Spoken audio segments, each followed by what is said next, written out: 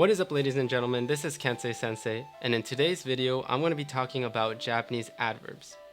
So the learning objective of this lesson is to understand what adverbs are and how they function in Japanese sentences. We're going to learn how to convert I and na adjectives into adverbs and use them with verbs. We're going to identify adverbs that are not derived from adjectives and understand their usage. And then we're going to distinguish between adverbs of degree, frequency, certainty, and amount. Lastly, we're going to explore onomatopoeia as a form of adverbs in the Japanese language. So in the Japanese language, adverbs modify not only verbs, but also nouns and adjectives and other adverbs. And unlike in English, adverbs can be placed anywhere in the sentence as long as it comes before the verb in question. So Japanese adverbs are related with adjectives because we can derive it from I and na adjectives. There are two types of adjectives in the Japanese language, I-adjectives and na-adjectives. I talked about these in a previous lesson, so if you're not sure what I and na adjectives are, please make sure to check out that video. What we have to do with I-adjectives is we basically remove the last I and replace it with ku. So for example, the I-adjective kawaii becomes kawaiku. Or another example would be kashikoi, which means to be smart. Kashikoi turns into kashikoku because we're just removing the last I and replacing it with ku. With na adjectives, on the other hand, what we have to do is place the sentence particle ni at the end of the adjective. So for example, we have kirei. Kirei is a na adjective because we use it as kirei na hito, for example.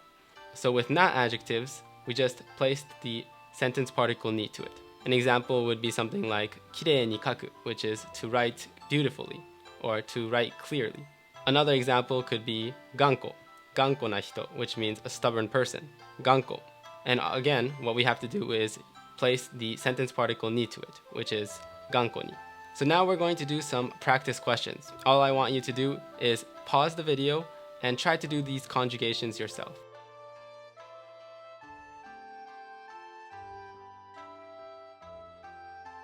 So now let's take up the answers.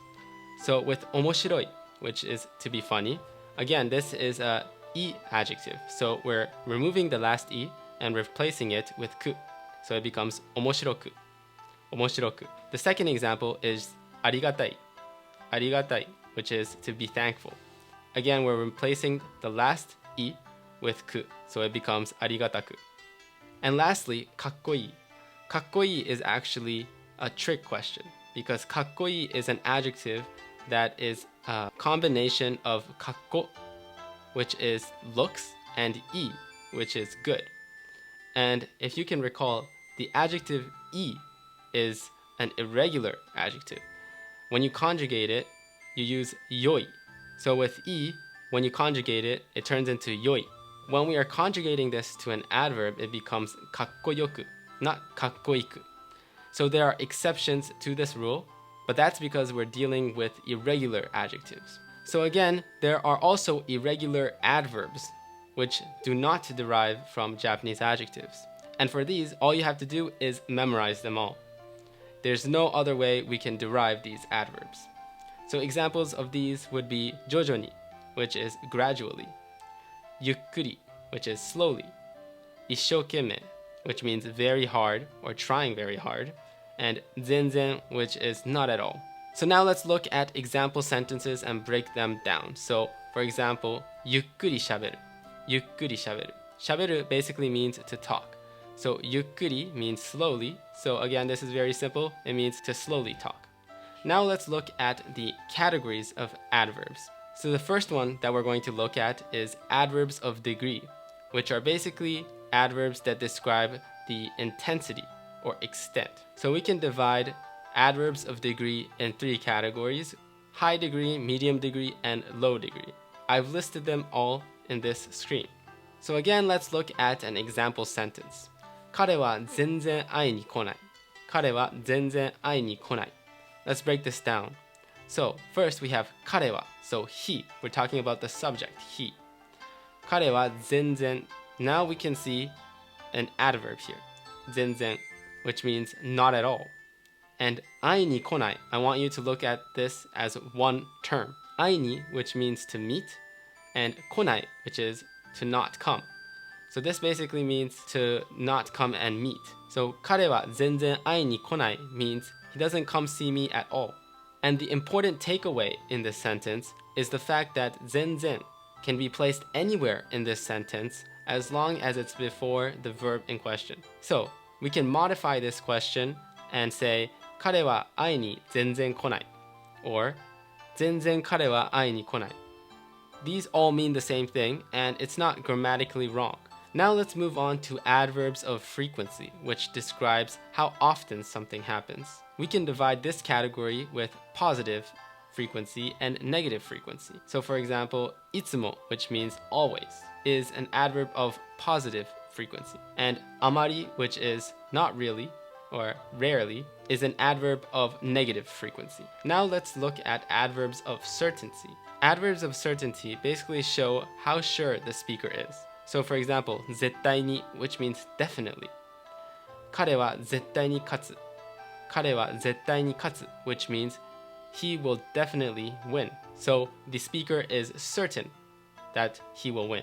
And for the final category of Japanese adverbs, we have adverbs of amount, which is basically describing the quantity. So we have examples such as すべて, which means entirely, 全部, which means all, すっかり, which is completely, たくさん, which is a lot, and 十分, which is enough. Now that we covered the categories of adverbs, let's talk about onomatopoeia in Japanese. So in the Japanese language, we have a lot of onomatopoeia.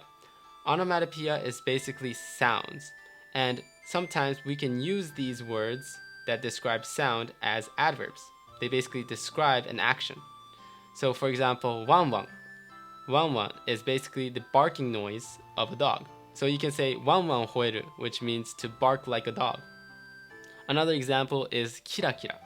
キラキラ is basically the onomatopoeia for shining. And so you can say キラキラ光る, which means to shine brightly.